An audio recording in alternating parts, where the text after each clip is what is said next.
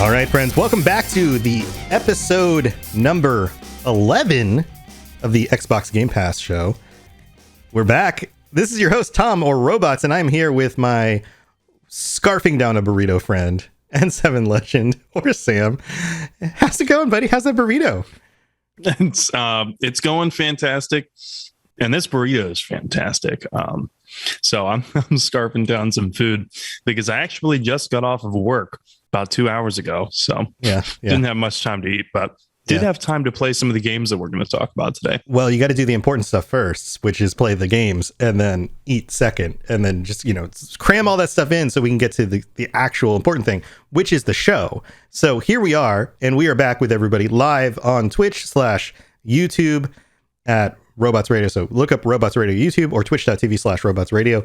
And this is just the show, of course, where we talk about the news and leaks and upcoming games, but most importantly, our reviews or early impressions of the new games that are coming to Game Pass. And this week we are starting our call-in show on the second half of the show. We're kind of reorganizing things. The first half, we will be doing our reviews or first impressions of some of the new content that is out on the Xbox Game Pass, or some of the things that we've been playing that may not be new, but things that we've been trying out. The middle of the show, we're going to be talking about the new things that are coming to Game Pass, some of the things that will be leaving. And then on the second half of the show, get ready for it, we will be sharing a link where you can join our Zoom call. And this is not you don't need to be on video. We are on video, but you don't need to be on video. It'll actually be more, please don't be on video. Just do the call in stuff. We won't have to rearrange things on the screen. You don't have to show your face, just to call in. And I will be sharing the link for that as we get closer to the middle of the show. And you're welcome to call in, talk about one of the games you've been playing, something you've tried out recently, give some impressions, and we'll try to fit in as many people as we can by the end of the show. And that's going to be the format. We're going to see how that goes. So look for that in the chat as we get closer to the middle of the show. So why don't we kick this off with a discussion about one of the things that was talked about and revealed during QuakeCon this last week. And can you imagine what that would be? Quake, not just Quake, but Quake, original Quake, Quake 1, Quake 2, and Quake 3 were now released from Bethesda onto the Xbox Game Pass, and it looks like we've got it's hard for me to come up with almost anything now from the stable of Bethesda games that aren't now on Game Pass. I mean, they've got almost everything at this point. But man, this takes me back. And we were talking during the pre-show. You behind you on your screen have the Quake 1 screen right up behind you. I see the logo, the brown wall with the big old Quake with the nail down the middle to make the Q shape. And that takes me back to 1996 when I, as a now older man, being 42 years old, was 17 in 1996. And Sam, you were 2. I was 2 years old. Yep. So you were not fragging people with your 2400 baud modem at 2 years old. Although I do go by the name Legend, I was not playing games like this at 2 years old. Whew. Okay, so where do we want to start? Because I could give you my impressions, but I kind of want to start with yours. How long did you get to play this today? I played this for about an hour today. Okay. And was this the first time you've ever played Quake 1? This was the first time I've ever played any Quake game. Any Quake game at all? And you started with Quake 1? Yes. Okay, so walk me through your experience here. What did you do? Okay, so it was weird because it's the first time I've ever played Quake, and yet somehow it felt nostalgic, even though it taps into memories that I don't have. Mm-hmm. Well, it definitely feels like an older game. No doubt. Yes, definitely. It feels a lot like the original Doom, and some of the older Elder Scrolls games as well. Okay. And as we've talked about before, I'm a total stan for Morrowind, right? And having played Morrowind and loved it, and not having played many first-person games older than Morrowind, this felt like the missing link almost for me. The low poly models, the low quality textures, that kind of stuff. Right. It was like the, Ancestor X that I had not yet discovered. Got it. So in that way, it was pretty cool. And then when we're talking about the gameplay, it's so cool because this Quake game is like a time capsule of what gameplay was like back then. And it's awesome. It's like reading a history textbook in video game format, because I was going through and there's a couple of things that really struck me right away. Number one, the range for guns is unlimited. Yes. Yes. There's no range. Like, the shotgun doesn't stop becoming effective at 10 meters. That's not how things go. So That being said, the shotgun can absolutely wreck if you're accurate enough. Yeah, you just keep shooting until something dies. Sure. Yeah. And the shotgun, of course, comes with a lot of different shells right there at the beginning.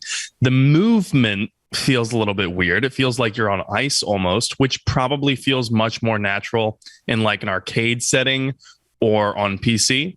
But I'm playing on Xbox, of course. So I think that playing this with a modern Xbox controller actually makes it easier, because I was on a hard mode. I picked the hard mode. I wanted a challenge for myself. Okay. But it wasn't that bad, right? So that there was I guess I wanted more of a challenge, and granted, I've only played it for an hour.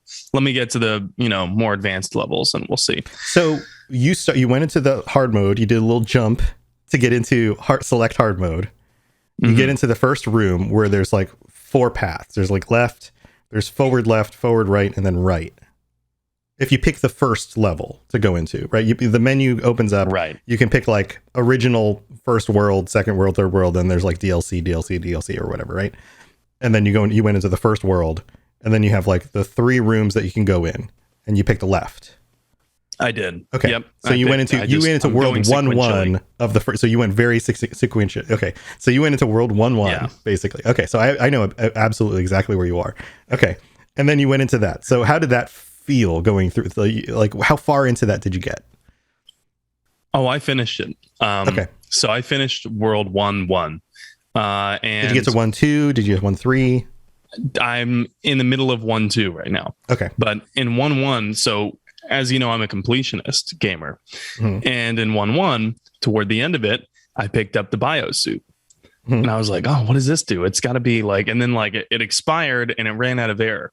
Yeah. So I was like, okay, so this helps me swim. Right. So then I reloaded my save, picked it up again, jumped in the acid pool. I don't know what it is. It's some type of dangerous liquid. Right. And then I having played enough Morrowind, I know what to do now when you're underneath mystery liquid and water and trying to find different liquid. Okay, yes. Gross, but okay. Trying to find secret areas. Well, I didn't even know there would be a secret area. Uh-oh. I think I might have just lost you. I think his connection died. Chat, am I still here? Yeah, I'm still here. But he's not here. Oh, you're back. You're back. Can you hear me? You're back. Yes, I can hear you. Okay. I'm back. All right. So you got into the mystery liquid, and then what happened? Yes. And then I look around, and I discover like this little pathway off to the left, underground river. And then I swim through there, and then I look up and I see this little square, and it looks like I should be able to swim up to that and do something. And I go up to this square, and much to my surprise, I'm in a secret area now. And there's loot, and there's like special armor and health and everything. And I'm like, that was pretty cool. And it even tells you unlocked a secret area. Yeah. And so that I've like bitched and moaned about the dopamine centers, being released in my brain, and how some games just don't trigger those. Well, this game from 1996 just did. So I know that it's still possible. And I know that there's nothing wrong with me. Yeah. And that little, I've never played this game. The little breathe sound that it makes when you do that, and the little kung kung sound when it opens the door. You're like, yeah, exactly. Yeah. And so the secret areas thing is like, I've always been really big on that, because I want to feel like I found something that wasn't necessarily meant to be found. I mean, it was, but it's off the beaten path. And then I think that I'm just like the coolest guy, the hottest shit around, you know. And then I go in and finish the rest of the level, and I realized that I missed 5 out of 6 of the secret areas. Yes. In that one level. And I was like, oh my God, those must be really secret. So I'm going to have to go back. I'm not going to be able to progress to 1, 2. Oh no, you're going to have to find all the secrets before you. So, okay. Yes. Can I give you a recommendation? Yes. To enjoy all the different weapons, all the different enemies and things like that, go all the way through that first, go all the way through 1-X. And then go back and find all the secrets. Like beat 1 dash all of them, and then go back and find all the secrets. Can you do that? I think I can do that. Go do that. Experience like fighting your way, because think of it like this.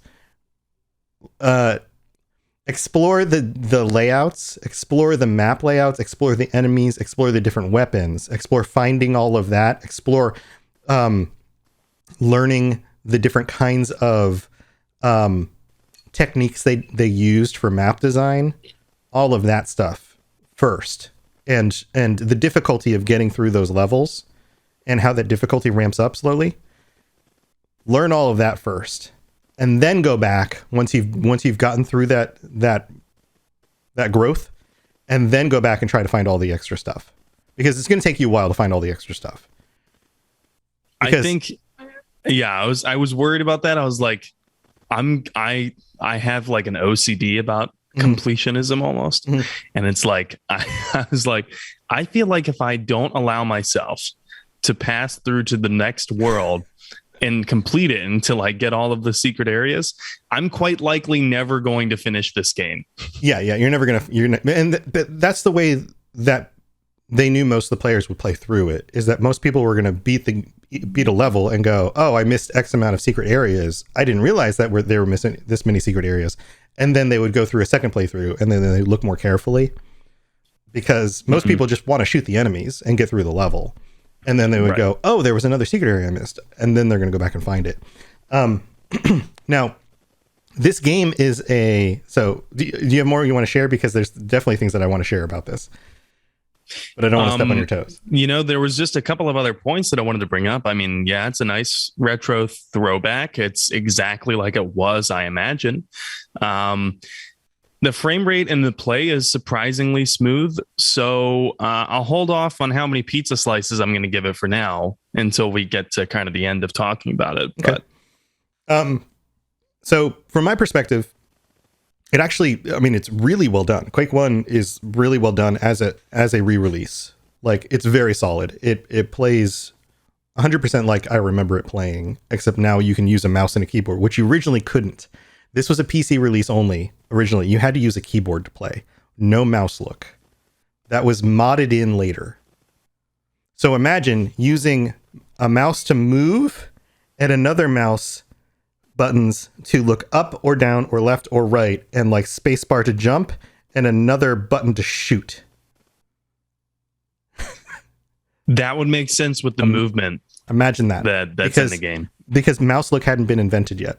So that mouse look was modded in later. So now the game is designed for mouse look and controller. So that has been modded in, probably 20 years ago.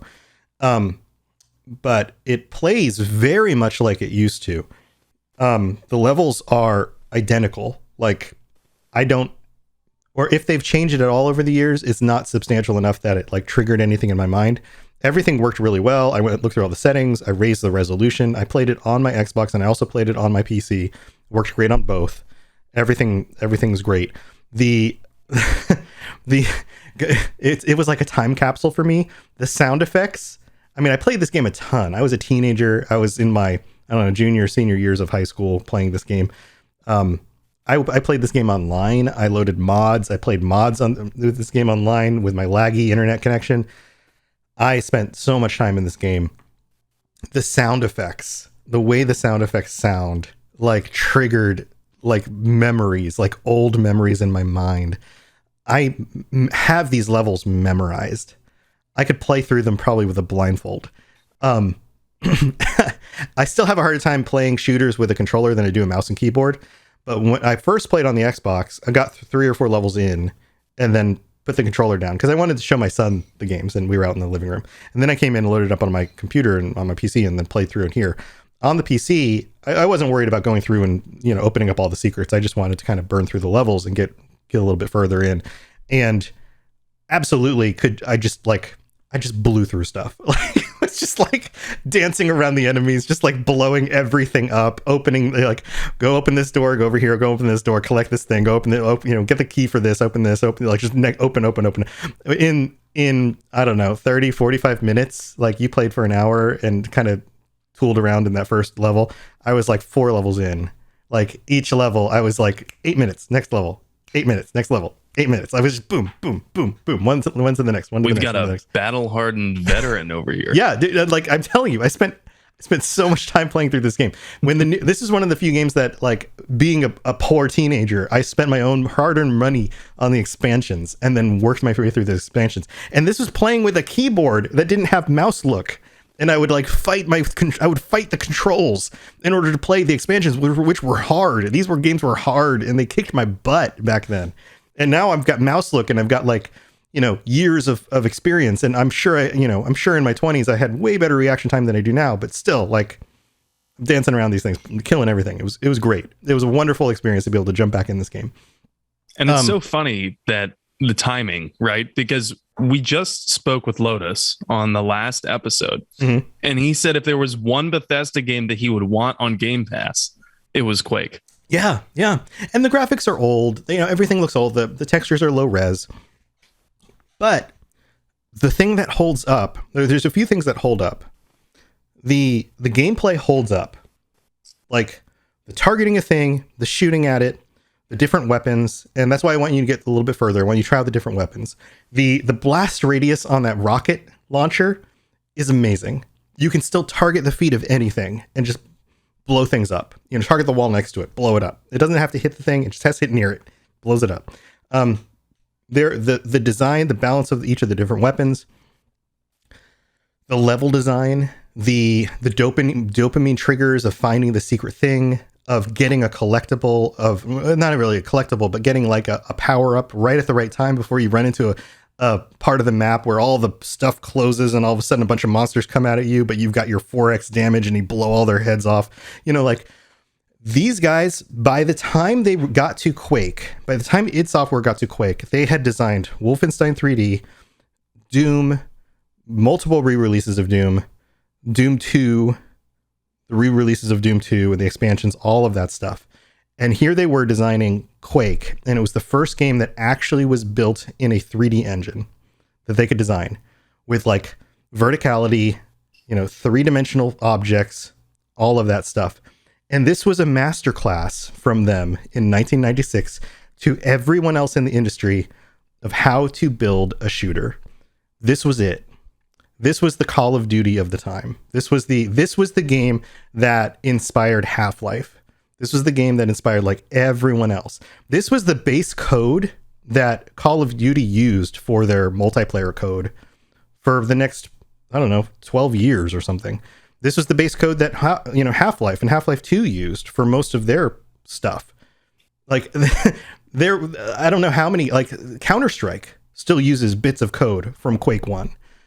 Like this game, that's crazy. I know. I can see that. This game was so formative. But like think about the weapons that show up in the game, and this is another reason you got to get through this.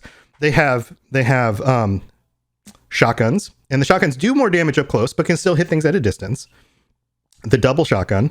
They've got a rail gun. There's a rocket launcher. There's the gun that shoots the what are they? Like a grenade launcher. There's plasma cannon that shoots like individual shots that do damage. Like a machine gun that shoots individual shots that shoot real fast.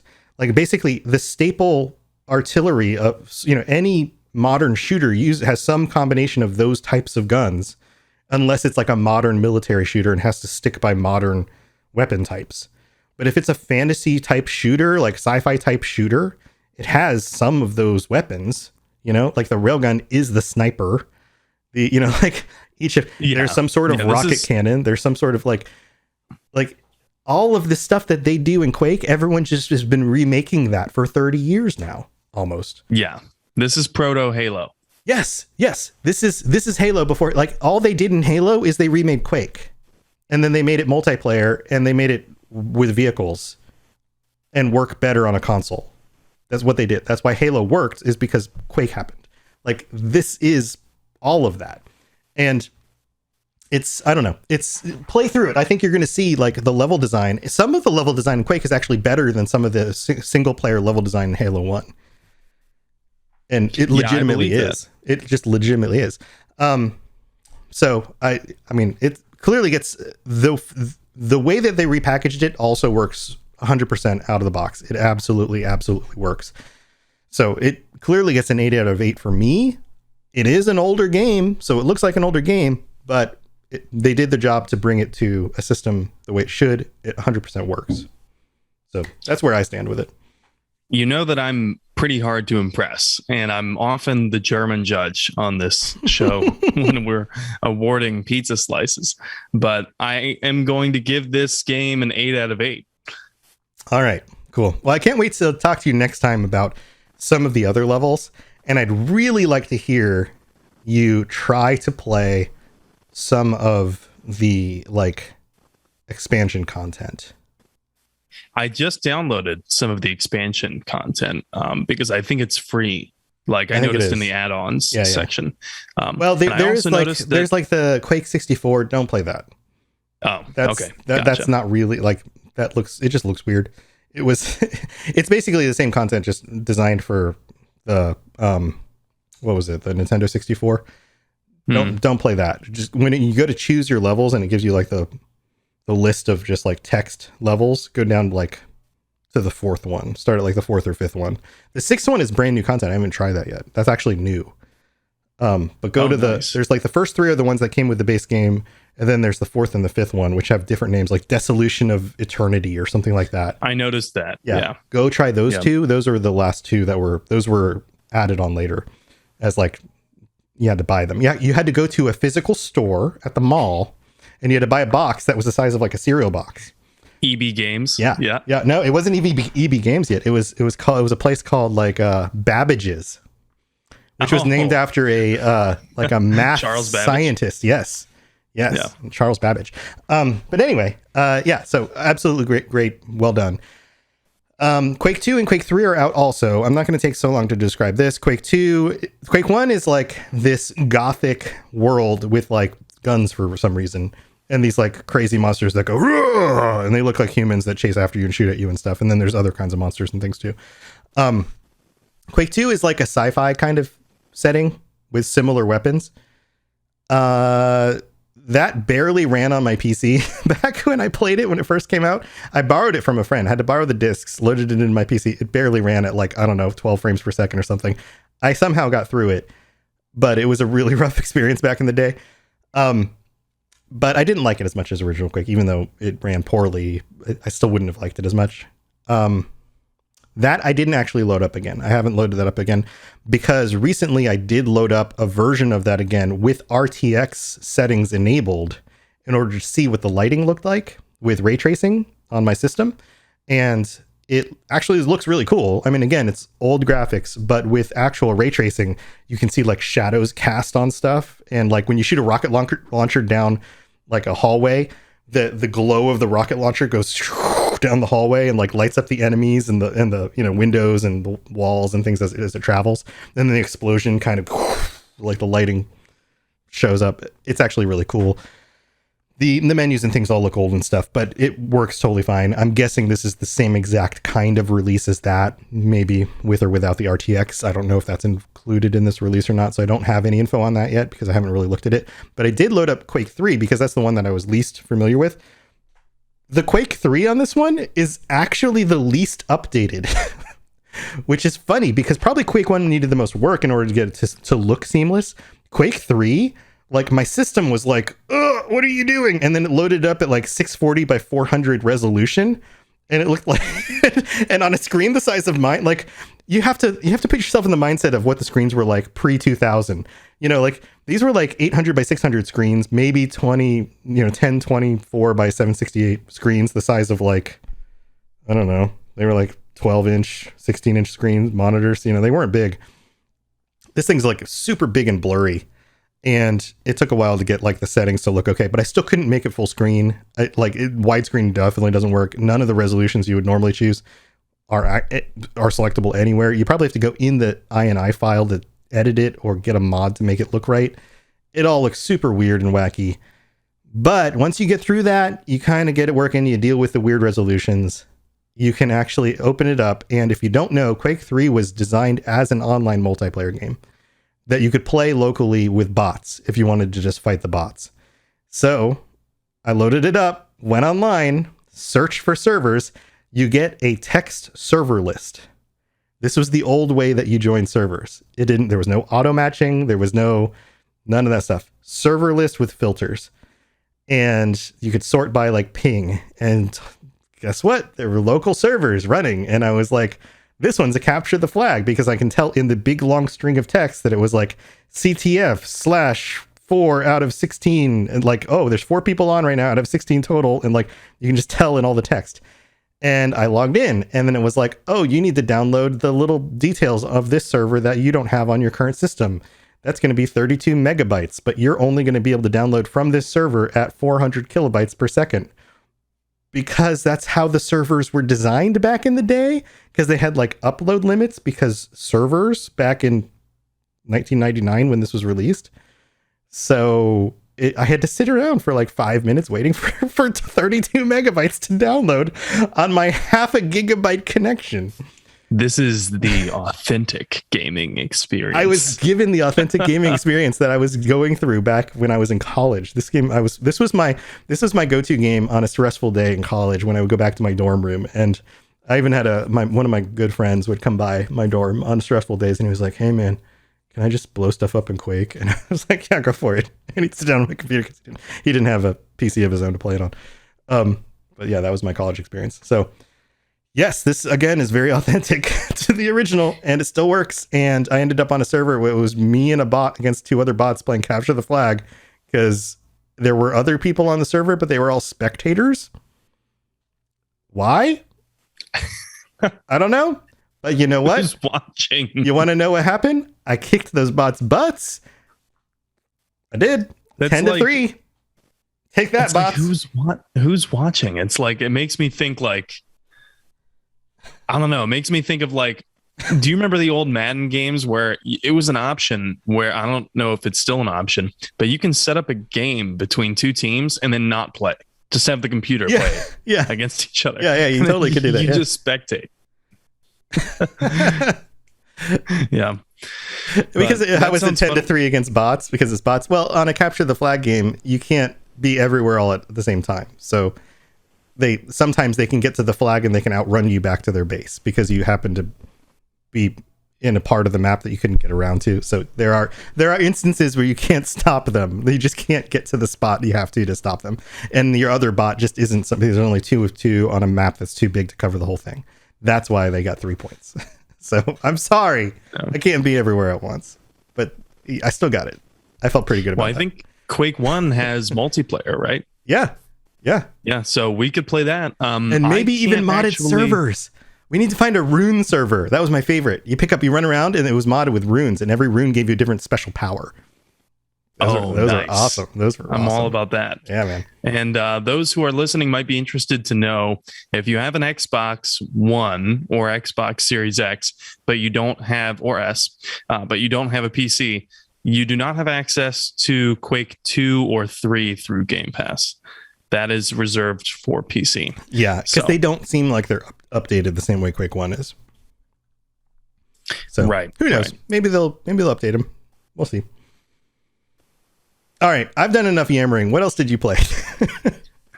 Well, I played Omno as well, and I know that you played that a couple of weeks ago. Yeah. So I played Omno, and man, this game was just so ridiculously peaceful. I know, right? It's super chill. I played it, and like I was smiling like the whole time. I'm like, man, like I don't think that there's anything wrong in the world right now. Right. This is like chill when your girlfriend's had a rough night, rough day or whatever, and you just want to like chill out on like a Saturday morning, be like, "Hey honey, everything's fine. I'll make you some breakfast. Just run around in this happy little world, collect some stuff, chill out. Everything's fine. Follow the light. Just follow the light." Yeah, you can literally hand this controller to anyone, even if they've never played a video game before, and be like, just follow the light. Yeah, just light things That's all up. you need to do. Collect the blinky things. Say hi to the cute little critters. Yeah, say hi to the frogs and the whatever they're called. One of your bunny the things. Different creatures. Yeah, and they'll give you little bits of light, and then you collect those, and then you use that light to keep going. Yeah. So in that way, it is kind of a symbolic game, right? That you use the light to keep going. But it is the most zen game I've played in a long time. I think that's the best way to describe it. It's the thing is, like, the gameplay is so simple that I sat back and laughed because I was like, what am I even doing? And that's okay. Because you're just exploring the game. There's no pressure from anyone or anything whatsoever to just explore this world. And that's pretty much it. And like the soundtrack, it really brings it around. I think the soundtrack is really peaceful. Love it. I'm going to give this game 8 out of 8 pizza slices. If you want to chill and just relax, decompress after something, maybe a long day at work, like you said, Tom, definitely turn this on and just relax, zone out. Yeah, super chill. I agree with that. And then you've also been playing something else. Yeah, some of the Master Chief Collection. So I downloaded this originally to play with a couple of people in the Game Pass gang. And I also downloaded it because I figured, this is probably going to be the dime bag that holds over Halo addicts until Infinite releases. So the Master Chief Collection, for those who don't know, contains basically the entire Halo anthology in it. I don't think that it contains Halo 5, however. Yeah, I don't think so. No. But because it's much like Mass Effect Andromeda, Halo 5. We don't talk about it. So Halo 5, in my opinion, it is the redheaded stepchild. Oh no. And I think that goes for a lot of different Halo fans. I see here Hool the Fool saying, nope, no Halo 5, only 1 to 4 ODST and Reach. I could not agree with that more. And the multiplayer is nicely seamless, I think, and that's pretty much the main reason why most people would buy Master Chief Collection, unless you're super into Halo lore, and then maybe you're going to be focusing on the story a lot. But for most people, I think it's the multiplayer, because at the time it was updating I almost said Mass Effect.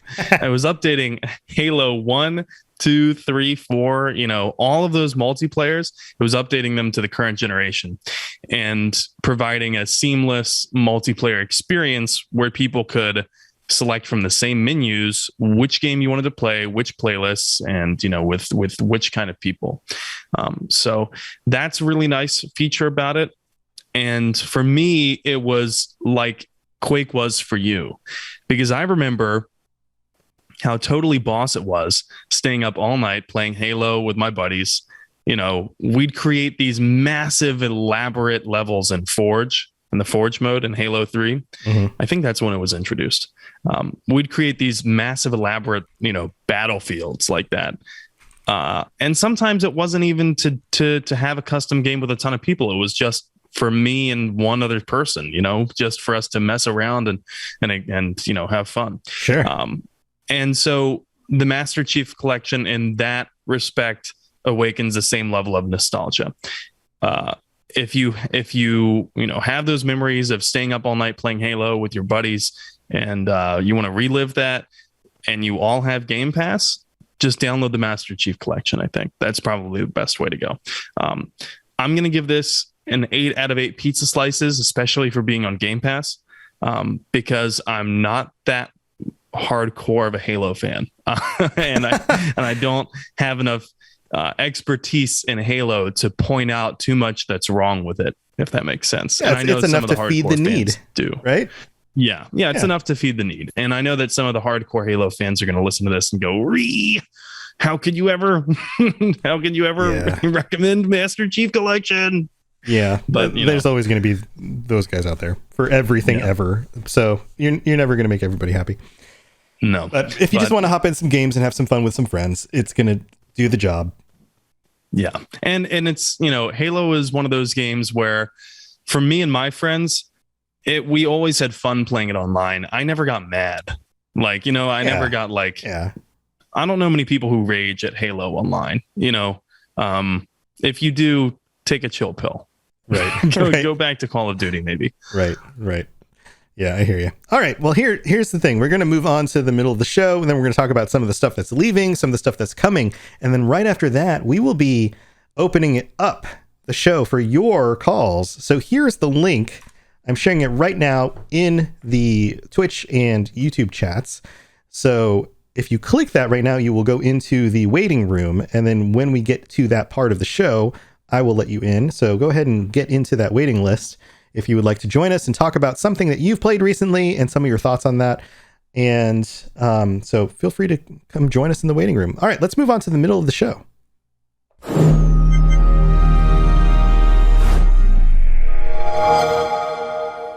All right, here we are in the middle of the show, and this is the part where we get to thank you guys for listening. Thank you for being here with us every week. Thank you for joining us on the live show during the live streams at twitch.tv/robotsradio or on the Robots Radio YouTube. And thank you for taking the time to leave us ratings and reviews, or even just sharing the show with your friends. That is always appreciated and very, very helpful. And anything you want to share with our friends? Anything you want to say this week? I always do all the talking, so I'm trying to open this up a little bit more to my co-hosts. Well, I'm pretty excited to pioneer this new format for the show, and it comes with Tom's expertise and his recommendations for how can we liven up the show and kind of speed up the pace a little bit. And I think that you were absolutely right, Tom, that the reviews should go first, because that's really what most people care about hearing. Are these games worth it? And I just appreciate that expertise. I appreciate everyone who listens in and offers their opinions on which games they like on Game Pass, and perhaps which games should be on Game Pass that aren't. Yeah. I agree. Also, we do have a new review to call out this week. One from Jude Doodles in the United States, who wrote, "Noise, 5 stars." I love the word noise.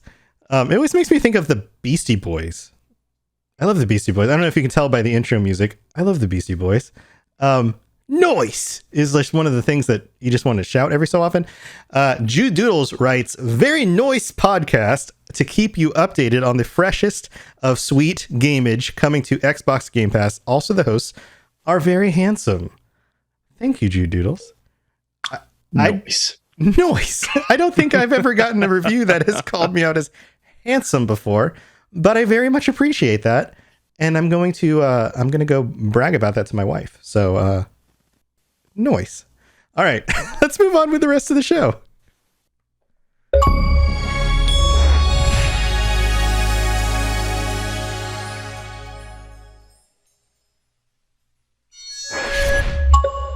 Got to do that little sound at the end. All right, let's blow through these leaving soon and recently added and all that stuff real quick so we can get to our call-ins. What do we have heading out this week? So we got Blair Witch. That's leaving on console, cloud, and PC. Never played it, but it's a story-driven psychological horror mystery game, much like the movie. Mm-hmm. We also have Double Kick Heroes, console, cloud, and PC as well. I do want to read some of the marketing language because I couldn't believe that it was actually this trite. But it says, "Only the power of metal can save your band as you drive your Gundalak down the highway to hell." Okay. And you are a journalist, so you have some a little bit of experience with writing, I'm sure, and that's some good writing. You think? It's primo. Primo. Yeah, if they wanted to outsource their marketing copy to me, I could probably do it for less money than than their in-house team. Yeah. But there's also Stranger Things 3, the game. And while we're on the topic of marketing, this game, in my opinion, was nothing more than a marketing ploy to generate, interest and revenue in the show. Yeah, I got the feeling about that too. Yeah, so I never played it, but it's leaving console cloud. We also have NBA 2K21 leaving for console and cloud. Basketball fans are probably going to be mourning about this one. The only other one on EA Play is NBA Live 2019. So I found that to be a little weird that they don't have a more recent NBA game, but that's what it is. Madden 19 is gone, by the way. That was quick. I expected that it would be gone by August 30th. It was gone a little bit quicker than that, by like a week, I think. Yep. And then we have recently added games, and this one starts off with Humankind, which is a very Civilization-like game, and this is just for PC. This came out recently. And Sam, I know you're jealous because you don't quite have that new PC yet. No, guess who got to try this out Civ a little bit, but decided not to talk about it yet because I didn't get to try it out enough to have a formulated opinion. Does his name rhyme with Rom? This guy right here. And retro gaming reference there. Boy, was I surprised. This is not Civilization, but it's very Civilization-ish in a very different way that I was very surprised about, and I had a funny grin on my face. But it's going to take relearning. You can't start it up and be like, oh, I know it looks like Civilization, but it is not Civilization. It is different. So you got to be right. You got to be in the mindset to like turn those gears around and really read some text. And I just wasn't quite there yet, but I was close. So I'm going to wait till I'm in the right mindset and really focus. But I liked what I saw. So I'm going to leave it there. Also, Quake 1, 2, and 3. We talked about those already. Psychonauts 2. So if you're a Psychonauts fan, go get on that console and PC. 12 minutes, which a lot of people are saying is really cool. Cool storytelling. It's an interactive thriller with a guy stuck in a time loop. That's guess how long? 12 minutes.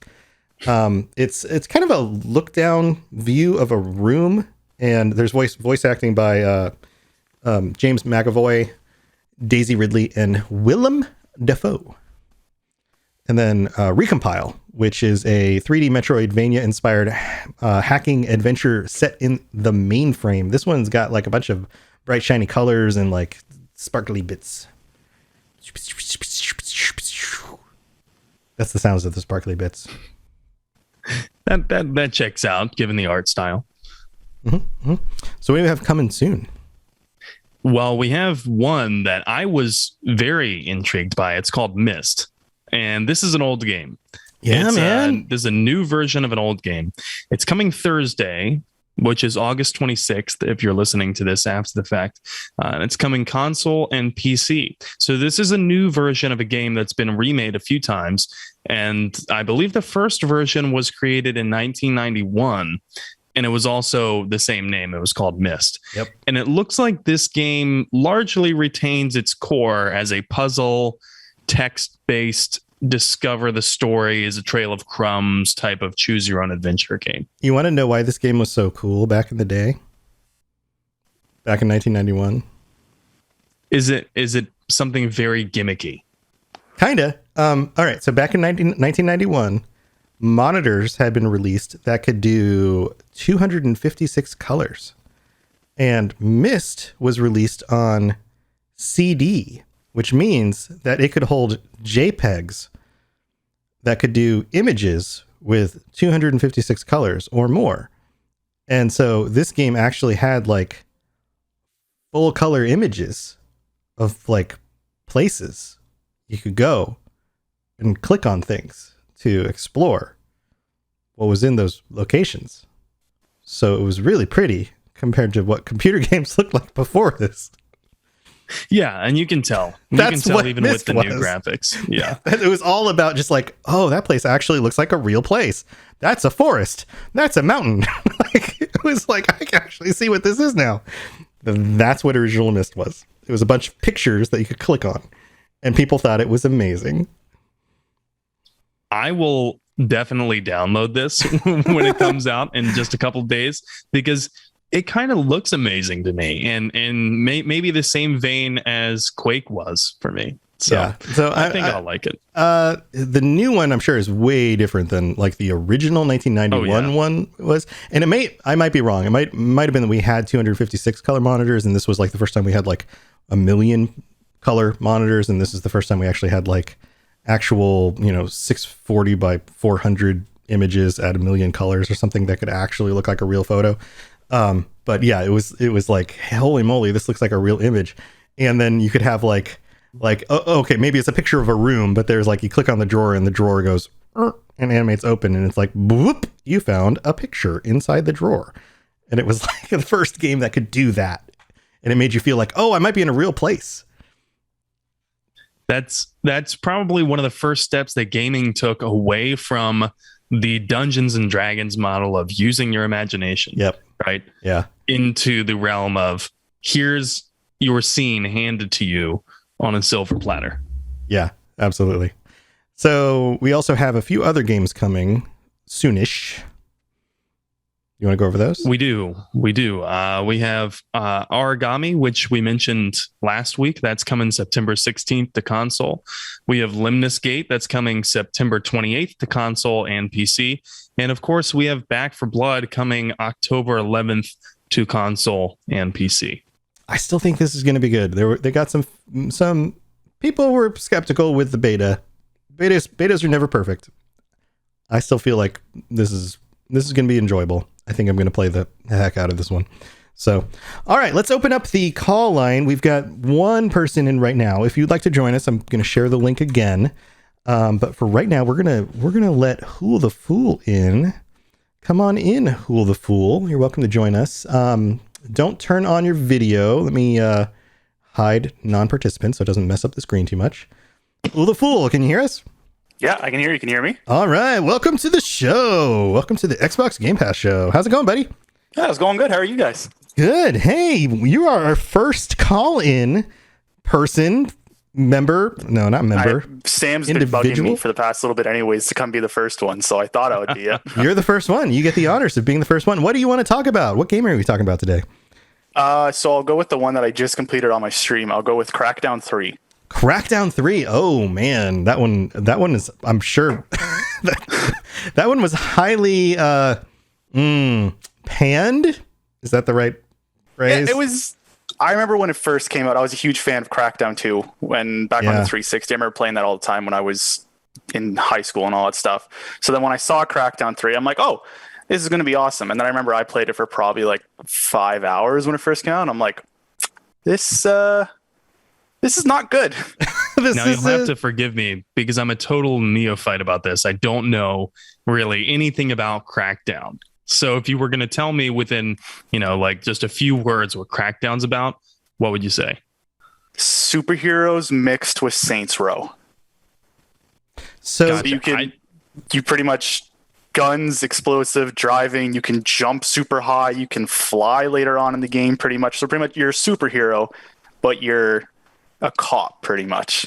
Right. So the Crackdown series gained its fan base back when Xbox and PlayStation were first experimenting with open world games. And the idea of running around a city with the ability to jump on top of buildings and find collectibles and do open world missions was so novel and new that the missions didn't even have to be good. You just had to have the freedom to go do stuff. And people were like, oh, this is amazing. This is so much fun. Yeah, there's like no story to like Crackdown 1 or Crackdown 2. Is kind of like, right, just go have fun. Right. And that's all you needed to do. And those games were awesome. And because they hadn't been done to death yet. Right. Yeah. And then they were like, yeah, we're going to do Crackdown 3. And then years passed. And then people were like, well, you can't just keep putting out the same game because nobody's going to like it anymore because we've already done all of that. And that's pretty much what Crackdown 3 was. It was like the exact same game of Crackdown 2 with a little bit more of story and Terry Crews. So and Terry Crews, right. Yeah. It's like, it's good. It's Crackdown, but it's not good in today's game landscape. Like, it's just, it's same old as Crackdown 2. It needed something to rejuvenate it. Right. And Terry Crews is awesome. Like, he's a super cool guy. He's a lot of fun. Awesome shows. Guy, an awesome voice actor. Absolutely. But he had such a small role in Crackdown 3. Okay, because that was going to be my question, was like, does he redeem it at all? The opening is really good with him. That's like the whole opening's with him, and then all the agents get killed by a bomb that goes off, and then he's never really there again. You don't ever hear him talk. You kind of like hear him like in the sky on these like billboard towers, and he's over talking, and he's doing like one-liners. Oh, see, I got the impression that he voiced your character. So there's like, I think it's like 15 different characters you can choose from. And you can be like, and they all have different things. So like this person has better driving and better gun experience, so they'll get more of that, where compared to this person will have better explosives and better melee. So it's just kind of like choosing. So your guy never really talks. Like your person never like doesn't have a voice or anything. It's kind of a face, and what they get better experience in certain things with stuff. I got you. Okay, so I have a question. Go ahead, Sam. Real quick. So you mentioned that, Tom said that this game was panned pretty widely, and then you kind of explained why, that the game basically did not evolve from previous iterations. Mm-hmm. So, and if it doesn't hold up well in this game landscape anymore, then pretty simple question: what are you doing playing it? Really, since I got my new computer, I was just looking for stuff to play and stuff to stream. So I'm like, you know what? Let's give Crackdown 3 another shot. I'll play it on the computer. And even though I was like not really engaged it to where I'm like, oh yeah, this story's awesome, I'm like, you know what? This was kind of just a great game to pick up and just shoot and go have fun. It's like with Quake. It was just mindless fun and just have fun with it. Go jump around to buildings, go kill people, go drive and all that stuff. Mm-hmm. It was just a mindless, fun game that I found. Yeah.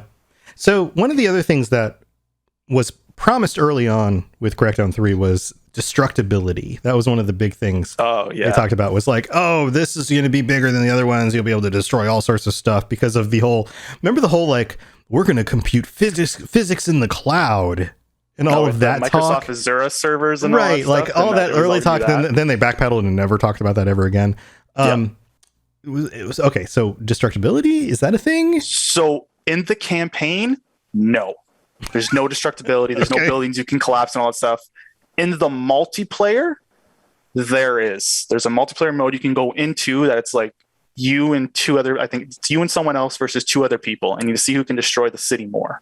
Oh, so basically you're Godzilla. Because they didn't want to limit the game off, I guess, to people who didn't have internet. Uh-huh. They're like, we'll make the campaign towards the static map where you can't change anything. And then the multiplayer, where because it's multiplayer, you already have to be online. That's when you'll go onto that destructibility servers and all that stuff. Is that part fun? Does it like add to it? I never got to play it. Okay.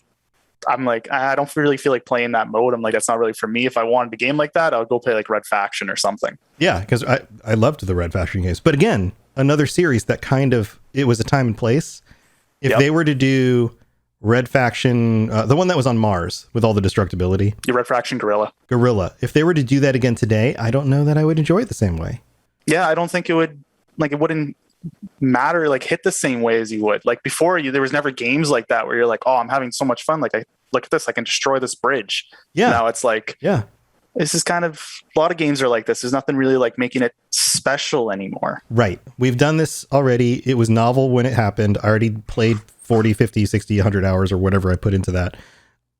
I kind of did it already. I'm ready for something else. It was like the open world Ubisoft games. The first Assassin's Creeds were awesome in the Far Cry, and then now it's like they're all the exact same thing. We've done this so many times. Yeah.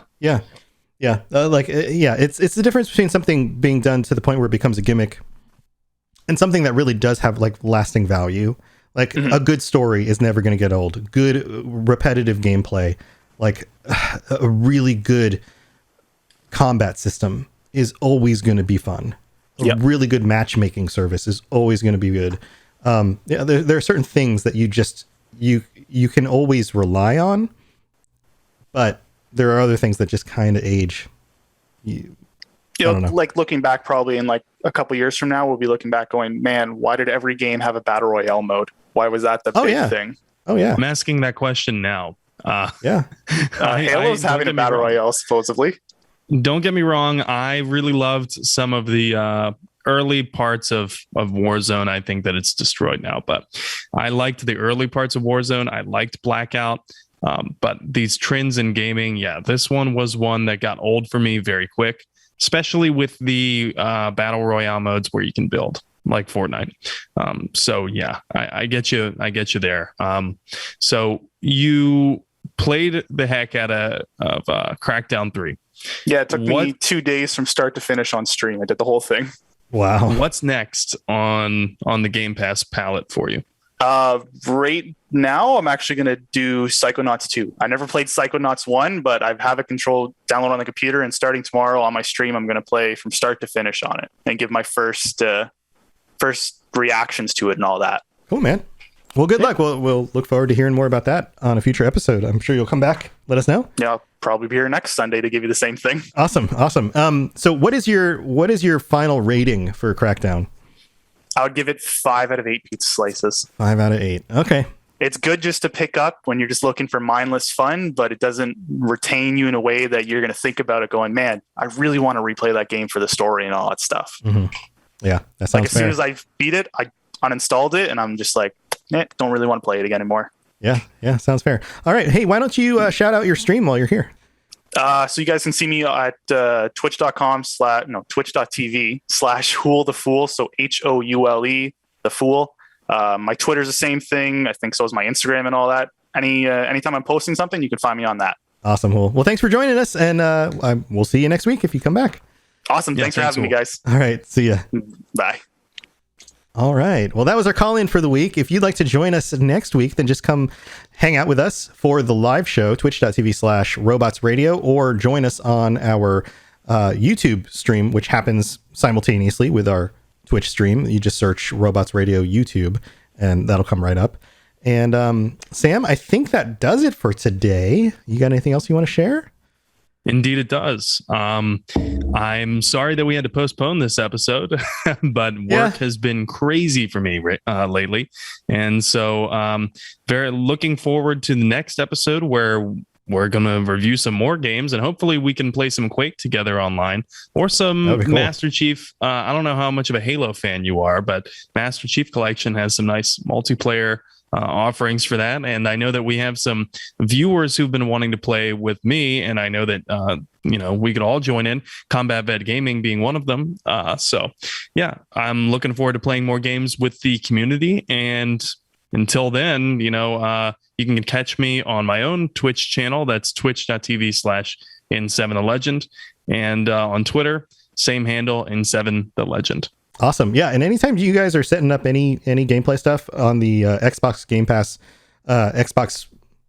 Game Pass Gang channel on the Discord, feel free to just say, hey, I'm getting in, or me and so-and-so are going to be playing games. If anyone else wants to jump in, you don't have to wait for me or N7 to set stuff up. It doesn't have to be official. Feel free to just say, hey, this is what we're doing, or this is what I'm doing. I'm going to be in here. Come join me. And if we're free, we'll jump in with you. Who knows? N7 and I get busy with the things that we're doing. We all have different schedules. We all have different time zones. So feel free to just say, this is what I'm playing. Come join me if you can. Or this is what I'm streaming right now. You're welcome to come join me live on the stream. Share your stuff. Do whatever you guys want with that stuff, because the more you do it, the more likely you're going to catch one of us when we've got some time and we're just like, hey, yeah, I'm free right now. I'll just jump in. So feel free to do that.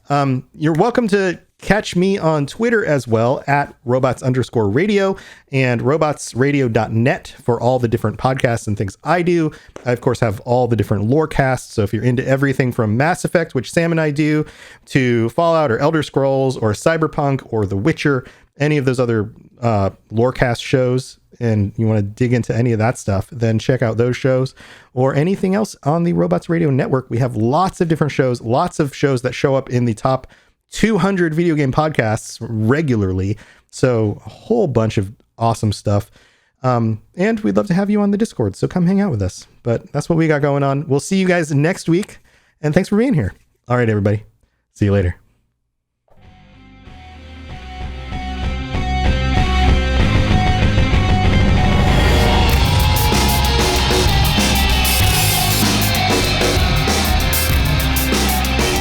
You've been listening to a Robots Radio podcast. Smart shows for interesting people. Check out all the shows at robotsradio.net.